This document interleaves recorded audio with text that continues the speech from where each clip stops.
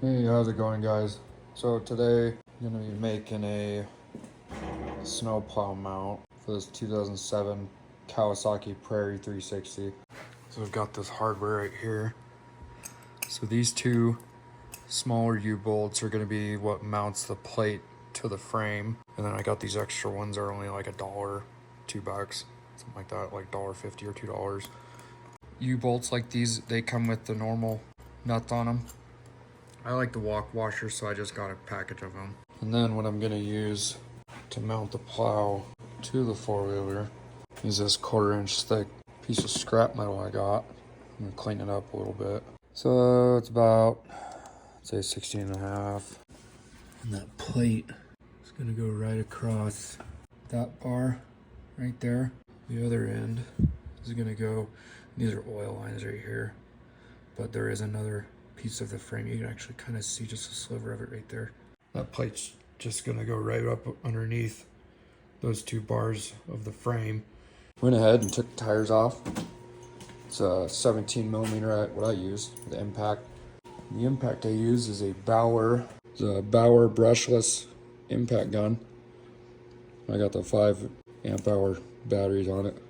These are pretty nice. They tell you what your battery life's at too. So what I did under here is put the U-bolts on the frame right here and on the frame over here by these oil lines, and I pushed them back to this. There's another piece of this framing that's going up. Same thing on the other side. I just pushed these U-bolts all the way back. And what I did was I just kind of free set them like that. Took my plate, flushed them up against the U-bolts, and marked as best I could around the threads on the plate. And I'll show you that on the plate real quick. So here's what I got on the plate so far. I've got both the holes marked for both ends. Took a center punch, punched them out, marked them as best I could with a Sharpie, and we'll go over to the drill press and get these drilled out. Alright, so I got the holes drilled out on the plate, both ends. Alright, so I got the plate mounted up under here, just to give me a better general idea of where to make the marks for the mounts on the plow to weld on the plate. So, alright, so I got some little pieces cut out. They're about 2" by 2". I got 4 of them. And what I did was I bolted that plate to the frame using the U-bolts. And I use these magnets to keep those tabs I cut to the plate. And then I just tacked them on. Finished welding those tabs on. And if you're wondering what I've been using, I actually got this little stick welder off Amazon. My nicer one is my FLUX core welder, Century FC90. So I've got these two mounted up on, or welded up on here. And then what I'm gonna do, I'm gonna take these other tabs and weld them just like that.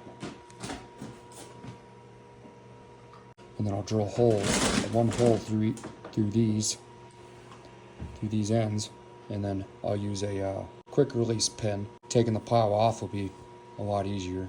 I'll finish getting these tabs welded up and we'll be right back. Alright, so I got those other tabs welded on there. And I went ahead with a floppy disk on my angle grinder. And I used a Warrior 80 grit floppy disk. I got this from Harbor Freight. Harbor Freight's a great store, by the way, if you've ever been there. Yeah, I just went ahead and, with that floppy disk, I went ahead and rounded off all these corners. Make them real smooth and rounded. So here's a preview of what it's going to look like underneath the four-wheeler once it's mounted to those U-bolts. So I've just got the quick release pins right here, both ends. Alright, so here it is, mounted up underneath the four-wheeler.